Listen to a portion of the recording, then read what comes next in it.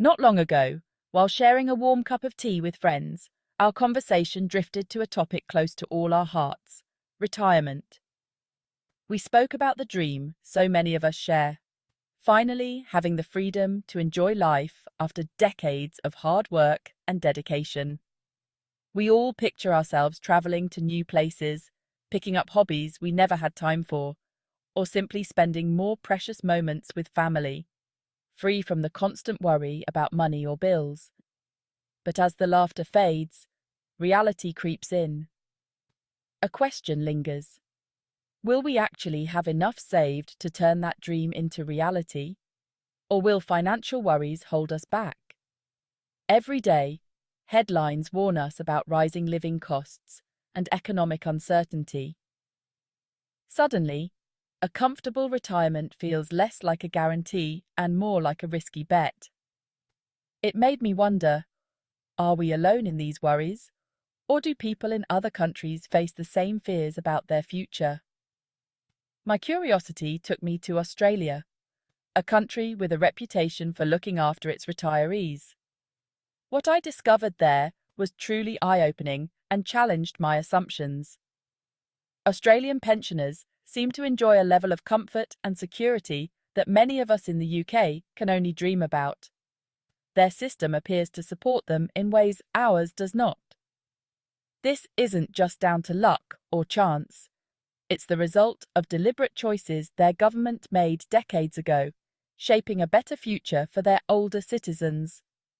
So why is it that an Australian pensioner is planning a cruise holiday, while a British pensioner is worried about turning up the heating during winter? This is a story about how different priorities and decisions can lead to very different outcomes, and it proves that a better retirement isn't just a distant dream, but something we can strive for. Let's explore what we can learn from their example and how we might build a brighter future for ourselves and generations to come. The backbone of retirement in Britain is the state pension, funded by our national insurance contributions. After 35 years of work, you get just over £11,500 a year, hardly enough for comfort. For many, especially those with career breaks or low-paid jobs, this is their main income. With an aging population, the system is under strain. Retirement ages rise, and future payouts feel uncertain. We're told to save more, but with rising living costs, that's easier said than done. The state pension is a lifeline, but it often leaves retirees anxious, budgeting every penny. An unexpected expense can become a crisis. Millions of pensioners find themselves struggling, despite playing by the rules. Our system provides a basic floor, but rarely enough to dream. Is there a better way? Is there a better? Now, let's take a closer look at Australia's unique approach to retirement savings, superannuation, often simply called super. This system is a cornerstone of financial planning for Australians, shaping how people prepare for life after work. From your very first job, employers are legally required to pay a percentage of your salary, currently 11%, and set to rise to 12%, directly into your personal super fund. This is a mandatory contribution, separate from your regular wages. These contributions are made on top of your earnings, and participation is compulsory for almost all workers, ensuring everyone builds retirement savings. Over the course of your career, your super fund is invested in a range of assets, allowing your savings to grow steadily and automatically, creating a substantial nest egg for your future. Australians have the freedom to choose their super fund and select an investment style that matches their goals, giving them a sense of control and ownership over their retirement savings. In addition to super, there's also a government age pension available for those whose super balances are low, providing an important safety net. Still, the main pillar of retirement is the superannuation pot. Built up by law, not by chance or luck, ensuring a more predictable outcome. This two-pronged system, compulsory private saving through super, plus a government safety net, means that most Australians can look forward to retiring with significant wealth and greater peace of mind. The responsibility for funding retirement is shared between employers and individuals, rather than falling solely on the government or taxpayers. Ultimately, it's a system designed to promote security, independence, and dignity for Australians in their later years. The numbers reveal the stark difference between retirement realities in the UK and Australia. The UK state pension is about £11,500 a year, but experts say you need over £31,000 for comfort, a huge gap most can't fill. For many, this shortfall means tough choices and constant worry about making ends meet. In Australia, the average superannuation balance at retirement is around £200,000 for men and £150,000 for women, plus a state pension that's higher than ours. This gives retirees a much stronger financial foundation. Australians can access this lump sum, draw an income, or both, giving them flexibility and control over their retirement finances. Even those on modest incomes build up significant pots, thanks to compulsory contributions that grow steadily over a working lifetime. In the UK, building a similar pension requires discipline, financial know-how, and spare cash, something many simply don't have, especially with rising living costs. In Australia, it happens automatically, with employers required to contribute to every worker's superannuation fund. The result? British pensioners worry about survival and basic needs. Australians plan how to enjoy life, travel, and spend time with family. The system lifts everyone, not just the wealthy, ensuring a more equal and dignified retirement for all. One system breeds anxiety and uncertainty, the other, financial freedom and peace of mind.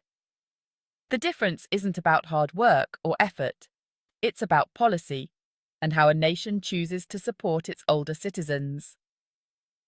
The numbers speak for themselves, painting a clear picture of what's possible with the right system in place. These financial differences shape daily life. In the UK, many pensioners face tough choices: heating or eating, cutting back on essentials, and social isolation. Constant money worries shrink lives and harm health. In Australia, retirees have choices: travel, hobbies, helping family, or simply enjoying life. Many are active, social, and healthier thanks to financial security. The grey nomads travel the country, join clubs, and stay connected. Not every Australian retiree is rich, but the baseline is much higher. The lifestyle gap is as real as the financial one. Imagine Sheila, a retired Australian teacher.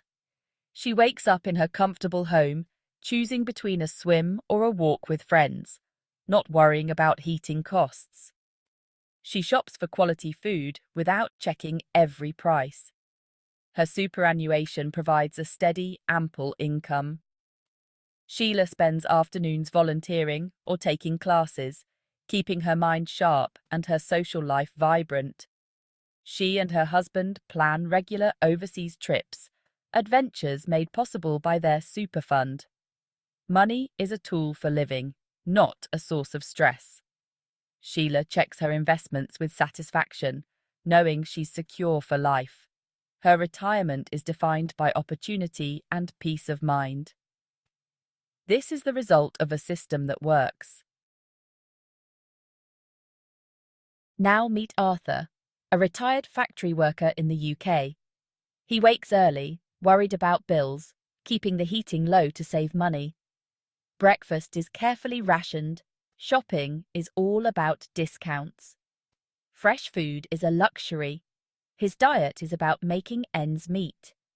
He's given up clubs and outings. Costs are too high.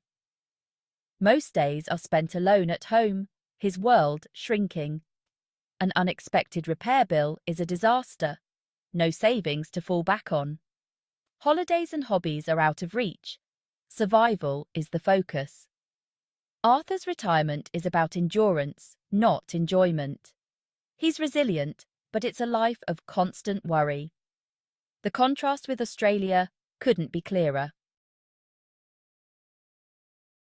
The UK can learn a lot from Australia. Compulsory saving is key. Our auto-enrolment is a start, but contribution rates are too low. We should gradually raise them, aiming for 12 to 15%, with employers taking a bigger share. This would make saving feel like a benefit, not a burden. Financial education is also vital. Australians know their super. Brits find pensions confusing. Clearer communication and more control would empower people to plan. Australia proves secure retirement for all is possible. We just need the will to make it happen.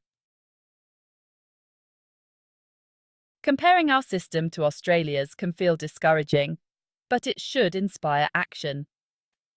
Australia shows that bold policy can transform retirement for everyone. Change takes time, but every big reform starts with a conversation and a shared belief in better. Imagine a future where every worker builds a real nest egg from day one.